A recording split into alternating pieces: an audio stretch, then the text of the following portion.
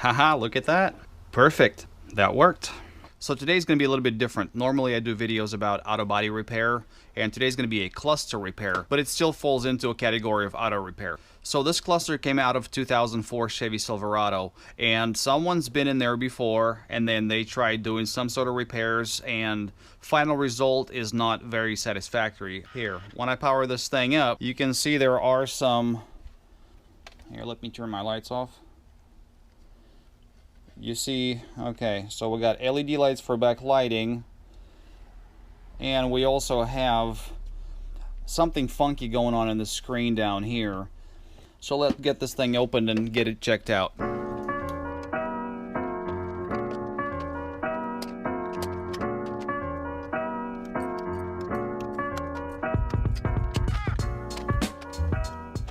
So let's get this powered up again.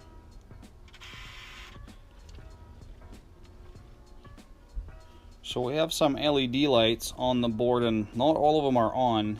See, there are two that are out on this side, and another one is here that's not running. So first thing I'm going to look at is the back side of this screen.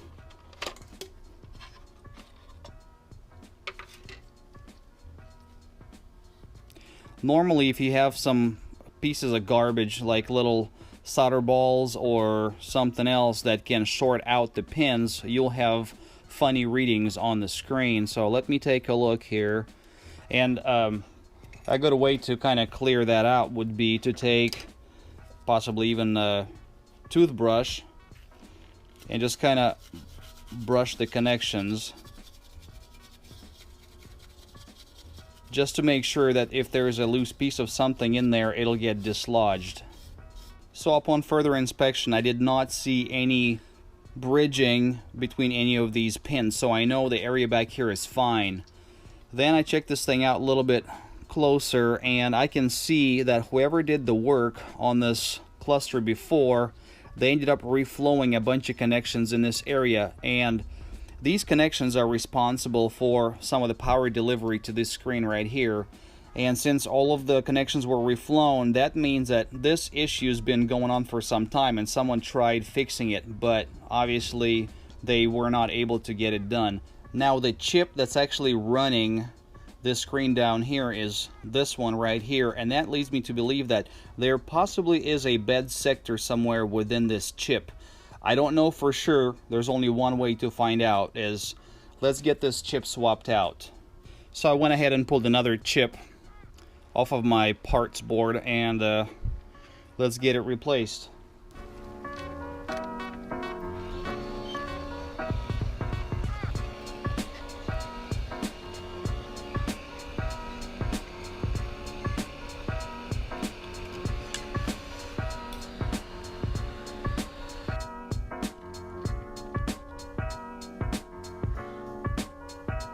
Now I gotta line this chip up really good, because these legs are tiny, and then if this thing is misaligned at all, it will not work.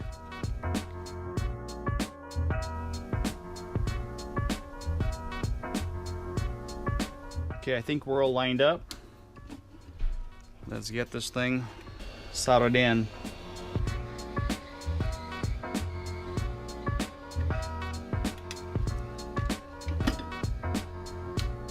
Alright, fingers crossed that it worked.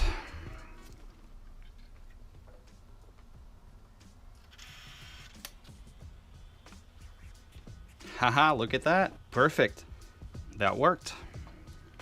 LEDs are polarity sensitive, meaning that if you have the positive and a negative supplied in a reverse, then the light will not come on. So let's just test that theory out. Right now this light is not coming on. I'm gonna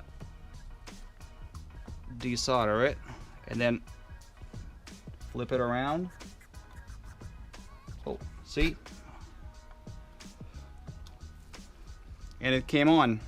That means that this thing was not even correctly installed. And these ones work, but they just have bad connections, meaning the solder job was not very good. Let me just touch that up. Yep. So I'm going to pull all of the LED lights off.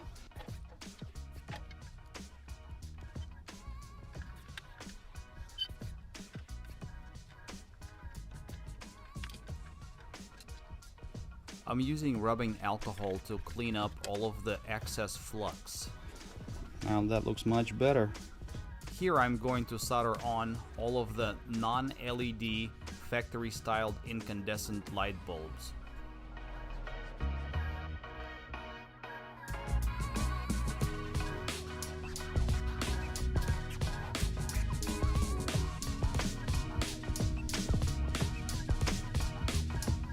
Now it's time to get the cluster housing reassembled and put all of the needles back into factory position.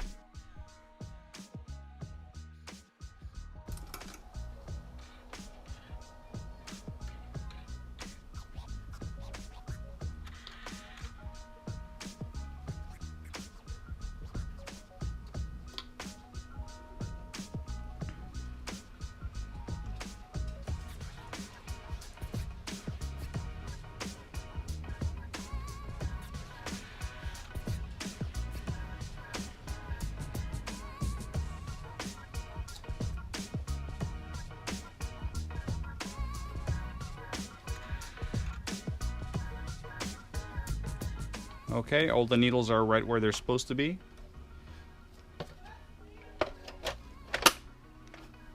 Now let's turn off the lights to make sure that all of our bulbs are lit up the way they're supposed to be.